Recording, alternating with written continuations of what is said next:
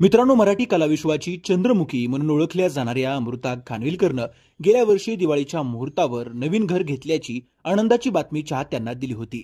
आता नव्या वर्षात अभिनेत्रीनं या घरात आपल्या कुटुंबियांसह गृहप्रवेश पूजा केल्याचं पाहायला मिळत आहे। मुंबईत हक्काचं मोठं घर असावं असं प्रत्येकाचं स्वप्न असतं। मराठीसह बॉलिवूड इंडस्ट्रीत नावलौकिक मिळवलेल्या अमृताचं हे गृहस्वप्न अखेर साकार झालं आहे।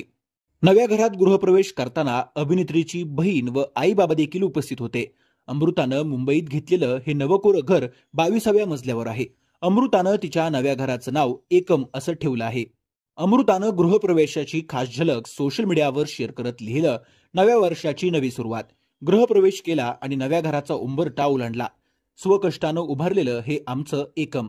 एकम म्हणजे एक, जिथून सगळंच नव्यानं सुरू होतं। उत्सुकता, समाधान, प्रेम आणि डोळ्यात स्वप्नांचं आभाळ। तुमच्या शुभ आशीर्वादांची साथ अशीच कायम राहू दे। अमृताच्या या नव्या घराच्या व्हिडिओवर नेटकऱ्यांसह मराठी कलाकारांनी कौतुकाचा वर्षाव केला आहे।